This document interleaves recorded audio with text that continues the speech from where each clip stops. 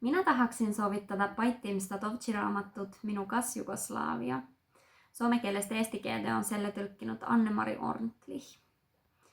Minukas Jugoslavia on luku pakulasena Kosovosta Suomeen kolinut perestä.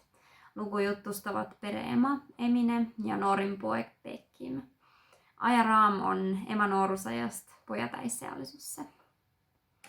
Minukas Jugoslavia on luku sisseelamisesta.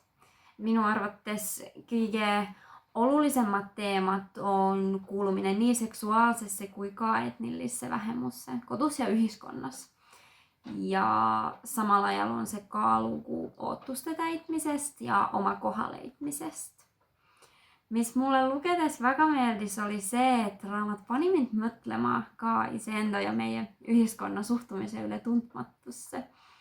Et selle lugedes tekkis heas mõttes ebamugav tunne, sest Statovtšil on oskus kirjutada inetutest asjadest ilusas keeles.